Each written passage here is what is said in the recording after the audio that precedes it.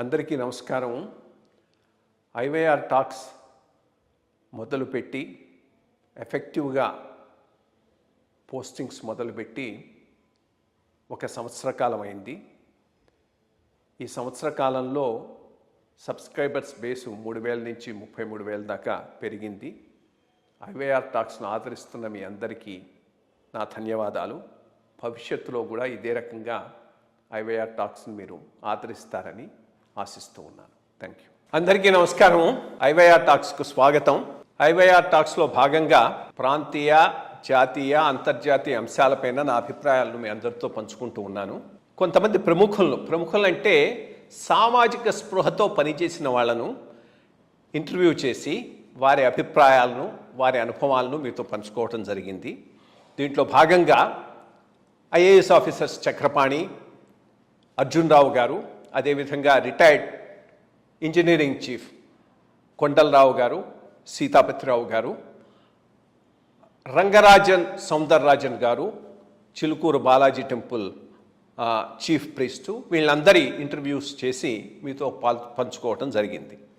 ఈరోజు మన ముందు ఉన్నటువంటి వ్యక్తి చాలా విశిష్టమైనటువంటి వ్యక్తి. ఈయన ఇంటర్వ్యూకు ఎస్ అనిపించడానికి నాకు చాలా టైం పట్టింది. ముందు వీరిని ఇంటర్వ్యూకు రాండి అన్నాను. నేను పుస్తకం పంపిస్తాను చదువు అన్నాడు.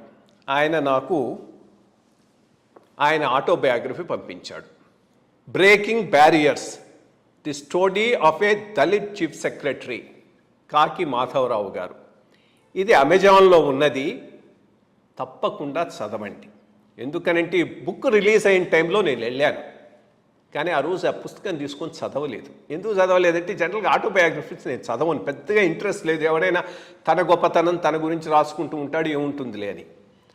బట్ ఈ పుస్తకం చదవటం మొదలుపెట్టిన తర్వాత నాకు కళ్ళకు నీళ్ళు వచ్చాయి. అది మాత్రం వాస్తవం. ఎందుకనంటే నాలాంటి వాడు కూడా ఏమీ not come to the service with a silver spoon in the mouth. నాది చాలా స్ట్రగులే.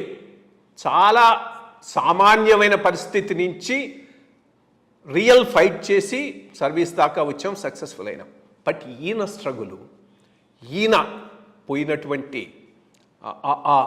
అనుభవాలు, ఇవి అన్బిలీవబుల్.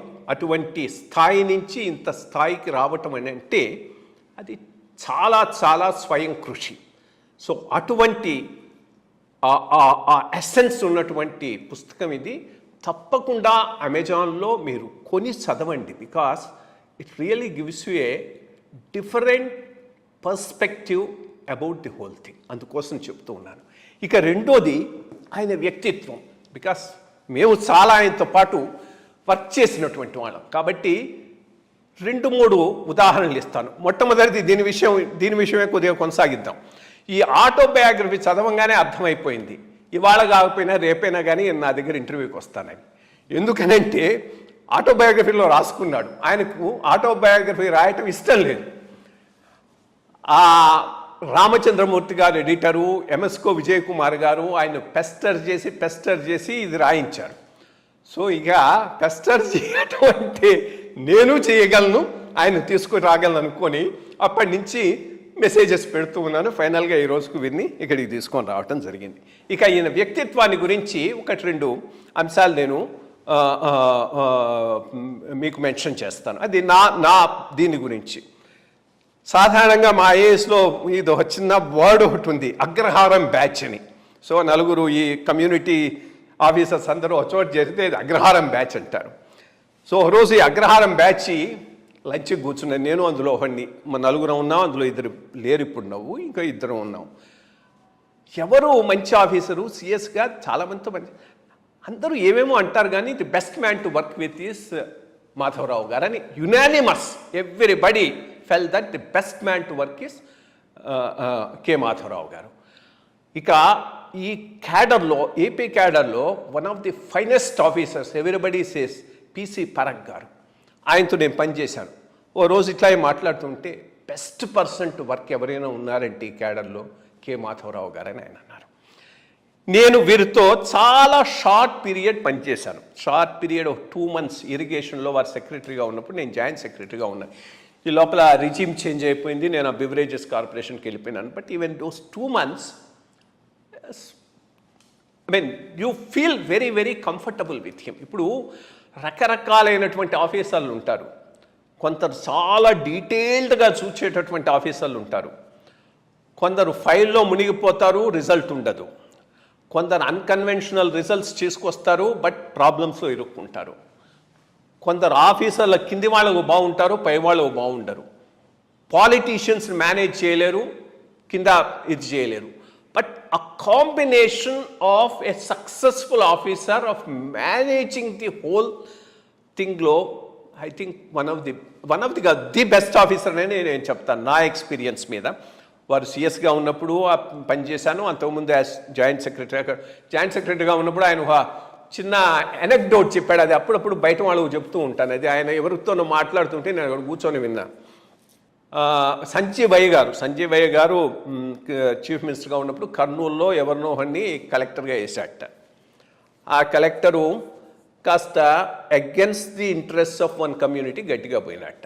సో ఎప్పుడైతే సంజీవయ్య గారు పోయి సంజీవరెడ్డి సీఎంగా వచ్చారో ఆ మొత్తం ఆ కమ్యూనిటీ అంతా వచ్చి ఈ కలెక్టర్ను వెంటనే చేంజ్ చేసేయాలి, పంపించేసేయాలని అని అంటే సంజీవరెడ్డి ఉండి ఏం పర్వాలేదు, సంజీవయ్య గారికి 2 చేసుంటే మనకు 10 చేస్తారు పోండి, అది ఎట్లా మేనేజ్ చేయటం నేను చూసుకుంటానన్నాడని మొత్తం చెప్తూ ఉంటా ఎంత ఇదిగా పాలిటీషియన్స్ ఉంటారు అనేటటువంటి దానికి. So in a different way a great officer.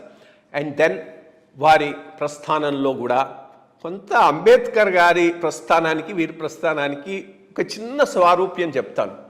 వీరు మచిలీపట్నంలో చదివినప్పుడు ఉన్న హాస్టల్ ఎంత హారిబుల్ కండిషన్ అనేది of course it's unimaginable.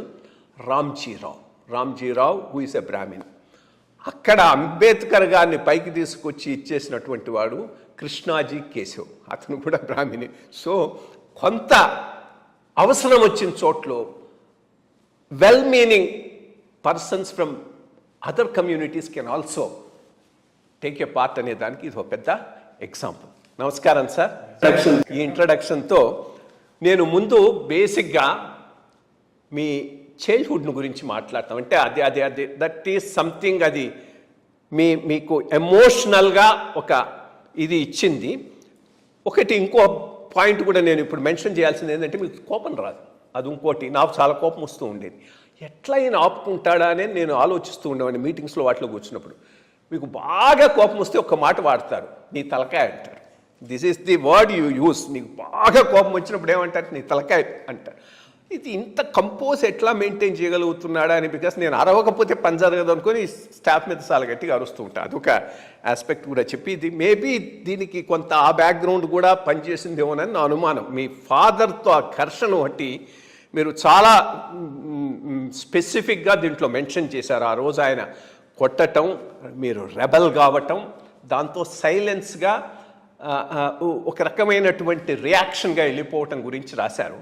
I think that was ఆ ఆస్పెక్ట్తోనే మీరు అంత కామ్ కంపోజర్గా పర్సనాలిటీ డెవలప్ చేసుకొని మెయింటైన్ చేయగలిగారేమో అని నేను అనుకుంటున్నాను.